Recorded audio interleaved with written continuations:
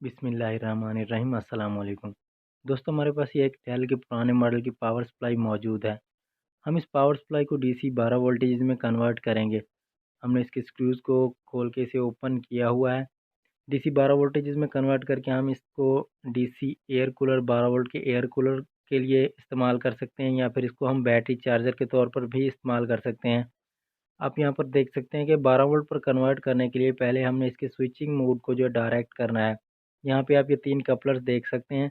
Centre वाले coupler को हमने इन वाली साइड से कपल करना है, शॉर्ट करना है इन वाली साइड से। सेंटर वाला कपलर इस एसएमपीएस में पावर सप्लाई में स्विचिंग का कपलर है। हम इसके फ़ैन को इसके कनेक्टर के साथ एडजस्ट करके इसे 220 वोल्टेजेस देते हैं, और सेंटर वाले कपलर को शॉर्ट करके देखते हैं कि इसका स्विचिंग वाला जो कपलर है वो सेंटर वाला कपलर ही है या फिर कोई दूसरा कपलर है। यहाँ पर जैसे हम इसे स्विचिंग करेंगे 220 वोल्टेजेस देके, और यहाँ पर आप देख सकते हैं कि इसका फ़ैन जो है वो ऑन हो चुका है, यानी कि इसका सेंटर वाला कपलर ही स्विचिंग का कपलर है। हमने इन वाली साइड से इसको शॉर्ट करना है। अब आप इसे शॉर्ट करने के लिए यहाँ से ऊपर से भी इसे रिसोल्डिंग के ज़रिए इसके दोनों पॉइंट्स को आपस में क्रॉस कर सकते हैं, या फिर इस एसएमपीएस के बोर्ड को बाहर निकाल के आप इस कपलर के पॉइंट्स को बोर्ड के नीचे प्रिंट से भी रिसोल्डिंग करके डायरेक्ट कर सकते हैं। हम इसके बोर्ड को बाहर निकालते हैं और इस कपलर के दोनों पॉइंट्स को आपस में क्रॉस करके इसके स्विचिंग मोड को डायरेक्ट करते हैं। ये एसएमपीएस होती है, यानी कि switching mode power supply. Switching इसको मदरबोर्ड से होती है। मदरबोर्ड में जो मेन कनेक्टर लगाते हैं उसके ज़रिए स्विचिंग होती है, जिससे ये पावर सप्लाई ऑन होती है। हमने इसको 12 वोल्ट कन्वर्ट करने के लिए इसके स्विचिंग मोड को डायरेक्ट करना है, और यहाँ पर आप देख सकते हैं ये कपलर के पॉइंट्स। दोस्तों, 7600 की पावर सप्लाई या फिर 530 HP 530 की पावर सप्लाई को किस तरह से हम डीसी 12 वोल्टेज में कन्वर्ट करेंगे, उसके ऊपर हमने पहले से वीडियोस बनाए हुए हैं, जिसका लिंक हम आपको ऊपर आई बटन में और इसी वीडियो के नीचे डिस्क्रिप्शन बॉक्स में दे देंगे।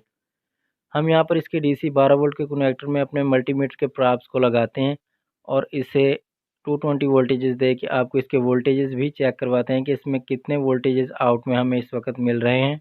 HP 530 की सप्लाई, जो कि हॉकी सप्लाई भी जिसे कहते हैं, उसमें भी अगर हम उसे एसएमपीएस को स्विचिंग मोड को डायरेक्ट करें, उसे डीसी 12 वोल्ट के लिए बनाएं, तो उसमें आउटपुट पर 12 वोल्ट पर हमें 12 वोल्ट के कनेक्टर पर 8 वोल्ट या फिर 8 या समथिंग वोल्टेजेस हमें मिलेंगे। उसके भी वोल्टेजेस को हमें इंक्रीज़ करना पड़ता है 12 वोल्टेजेस में, या फिर 15, 14 जितने भी हमें वोल्टेजेस चाहिए। यहाँ पर इस पावर सप्लाई में हम आपको इसके वोल्टेजेस चेक करवाते हैं कि इसके स्विचिंग मोड को डायरेक्ट करने पर हमें ये कितने वोल्टेजेस आउट में दे रही है। और यहाँ पर मल्टीमीटर पर आप देख सकते हैं कि 8.3 वोल्टेजेस हमें मिल रहे हैं आउट पर।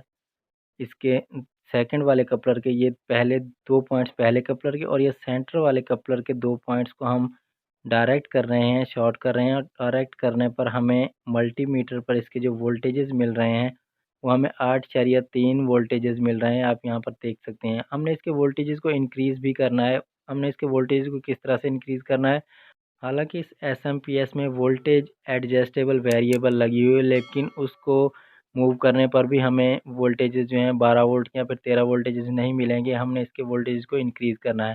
पहले हम इसके स्विचिंग मोड के इन पॉइंट्स को आपस में क्रॉस करते हैं, और फिर हम आपको बताते हैं कि हमने किस तरह से इसके वोल्टेजेस को अपने अकॉर्डिंगली सेट करना है। हम इसके वोल्टेजेस को 15 वोल्ट, 14 वोल्ट, 13 जितने भी हमें वोल्टेजेस चाहिए, हम उस हिसाब से इसके वोल्टेजेस को एडजस्ट कर सकते हैं।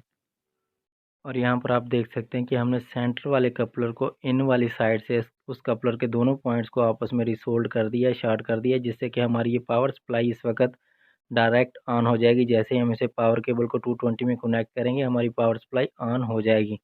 लेकिन ऑन होने पर अभी ये हमें 8 वोल्टेजेस ही दे रही है, 8.3 वोल्टेजेस।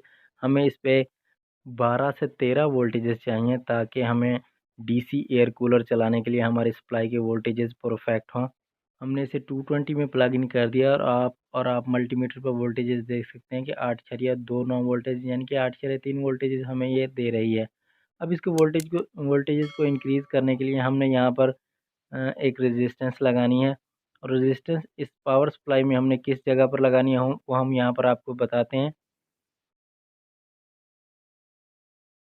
यहाँ पर आप कपलर देख सकते हैं जिसे हमने शॉर्ट किया है। हमने दूसरे कपलर को इन वाली साइड से शॉर्ट किया है, जबकि हमने इस पहले कपलर को आउट वाली साइड से दोनों पॉइंट को यहाँ पर हमने रेजिस्टेंस को ज्वाइंट कर देना है। इन दोनों पॉइंट्स के साथ हमने इन पॉइंट्स को शॉर्ट नहीं करना, बल्कि यहाँ पर हमने रेजिस्टेंस को लगाना है। अब यहाँ पर हमने कौन सी रेजिस्टेंस लगानी है, ये आप अपने वोल्टेजेस के मुताबिक अपने आपको जितने वोल्टेजेस चाहिए हो आपने उस हिसाब से रेजिस्टेंस को लगाना है। तो चलिए पहले हम इस पे रेजिस्टेंस को लगा के इसके वोल्टेजेस चेक करते हैं और फिर आपको बताते हैं कि आप इस वोल्टेजेस को अप या डाउन किस तरह कर सकते हैं। इसी तरह रेजिस्टेंस की वैल्यू को अप या डाउन करने से इसी पावर सप्लाई के वोल्टेजेस अप या डाउन होंगे। अपने रेजिस्टेंस को इस कपलर के ऊपर ही लगाना है। पहला कपलर यहाँ पर हमने आपको जो बताया इस कपलर के दोनों पॉइंट्स पर रेजिस्टेंस लगानी है। और यहाँ पर आप देख सकते हैं कि हमने कपलर के दोनों पॉइंट्स पर यहाँ पर 390 ओम की रेजिस्टेंस लगाई है। हमने इन कपलर के इन पॉइंट्स को शॉर्ट नहीं किया, इस पर हमने रेजिस्टेंस को ज्वाइन कर दिया उन दोनों पॉइंट्स के ऊपर। 390 ओम की रेजिस्टेंस लगाई है 390 ओम की। अब यहाँ पर हम इसे पावर ऑन करके आपको इसके वोल्टेजेस चेक करवाएंगे। इस वक्त हमारी ये पावर सप्लाई 390 ओम के रेजिस्टेंस पर हमें 13.12 वोल्टेजेस दे रही है। यानी कि 390 ओम के रेजिस्टेंस लगाने पर हमें ये 13 वोल्टेजेस दे रही है। अगर हम यहीं पे इस रेजिस्टेंस की वैल्यू को कम कर देंगे, यानी कि अगर यहाँ पर हम 390 ओम के बजाय 220 ओम के रेजिस्टेंस लगाएंगे इसी जगह पर, बिल्कुल इन्हीं पॉइंट्स पर 390 ओम की जगह पर अगर हम 220 ओम के रेजिस्टेंस लगाएंगे तो हमें यहीं पर इसी पावर सप्लाई के वोल्टेजेस जो हैं वो तकरीबन 14 से 15 वोल्टेजेस मिलेंगे। इस तरह अगर हम इसकी वैल्यू को इंक्रीज़ कर देंगे, बढ़ाएँगे तो हमें यहाँ पर वोल्टेजेस 11, 12, 10 वोल्टेजेस तक मिलेंगे। और यहाँ पर पावर ऑन करने पर आप मल्टीमीटर पर देख सकते हैं कि हमें अपनी इस पावर सप्लाई पर 13.1 वोल्टेजेस मिल रहा है। इसी तरह अगर हम इस रेजिस्टेंस की वैल्यू को और कम कर दें, यानी कि अगर 390 की जगह पर 220 या 100 ओम के रेजिस्टेंस लगाएं तो हमें 15-16 वोल्टेजेस तक मिलेंगे। लेकिन हमने नॉर्मल वोल्टेजेस ही रखने होते हैं क्योंकि एसएमपीएस के आउट पे जो फ़िल्टर्स लगे होते हैं वो मैक्सिमम 16 वोल्टेजेस तक ही सपोर्ट करते हैं। अगर इसके वोल्टेजेस ज़्यादा हो जाएंगे तो जो आउट में फ़िल्टर्स लगे हुए हैं, कैपेसिटर्स लगे हुए हैं वो डैमेज हो जाएंगे, फूल के फट जाएंगे। और यहाँ पर आप देख सकते हैं 390 ओम पर हमें बिल्कुल परफेक्ट 13 वोल्टेजेस मिल रहे हैं, ताकि जैसे ही डीसी एयर कूलर इसके साथ कनेक्ट हो, लोड पड़ने पर ये 1 से 1.5 वोल्टेजेस, मैक्सिमम 1 वोल्टेजेस ही ड्रॉप करेगी, यानी कि 12 वोल्टेजेस पर ये परफेक्ट हमारा डीसी एयर कूलर रन होगा इस पावर सप्लाई पर। दोस्तों HP 7600, 7100, 7700 या फिर HP 5850 या HP 530 हॉकी सप्लाई को किस तरह से हमने DC 12 वोल्टेजेस में कन्वर्ट करना है और उनके वोल्टेजेस को हमने किस तरह से इंक्रीज़ करना है, उसके ऊपर हमारे चैनल पर पहले से वीडियोस मौजूद हैं। हम उन वीडियोस का लिंक आपको ऊपर आई बटन में और इसी वीडियो के नीचे डिस्क्रिप्शन बॉक्स में भी दे देंगे, ताकि आप 530 की हॉकी सप्लाई के वोल्टेजेस को किस तरह से इंक्रीज़ करना है वो भी जान सकें।